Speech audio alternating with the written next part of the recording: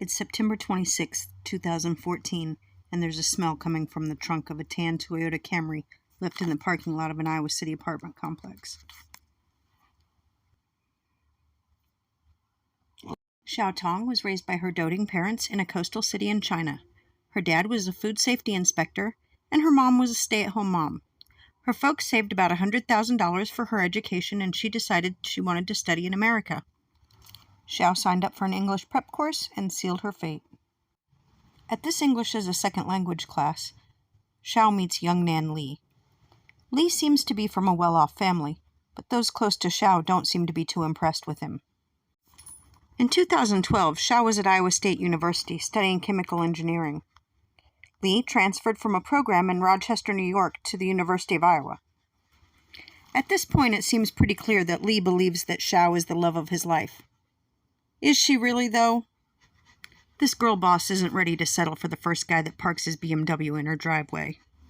According to a friend of Li's, on September 3rd, 2014, he had gotten a call from Shao's phone, but she hadn't called to talk to him. It was a butt dial. Li could hear Shao in the background talking to someone he could only assume was her new love interest. Nonetheless, the pair had planned to spend the weekend together. At this point, her roommates had made it clear that they were not fans of Li. In fact, they think he's pretty cringe and they don't want him at their apartment.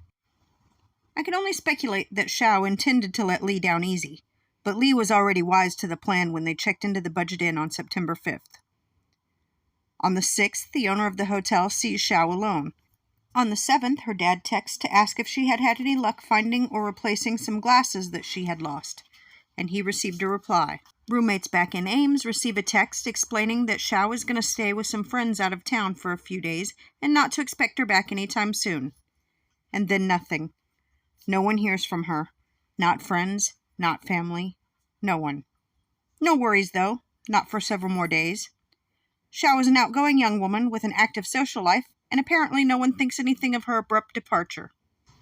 However, when friends still don't hear anything by September 16th, they file a missing persons report. 10 days later, her car is located right off Highway 6 and Lakeside Drive in Iowa City in an apartment complex where Li resided. It doesn't take long for neighbors to start to speculate that the smell coming from the trunk of the tan Camry is Shao. By now, the promising young beauty has been decomposing in the trunk of her own car in the sweltering Iowa sun for nearly 3 weeks. Young Nan Li is back home in China by the time her beaten and strangled body is found, presumably catching up with old friends and enjoying mom's home cooking.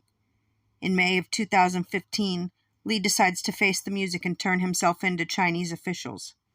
China doesn't extradite to the United States, so in June of 2015, Johnson County, Iowa DA turned over all related files to Chinese officials. Li's family paid just over $300,000 in compensation to Shao's family, and Li was found guilty of deliberate homicide. He received a life sentence and will serve no less than 13 years before he is eligible for release.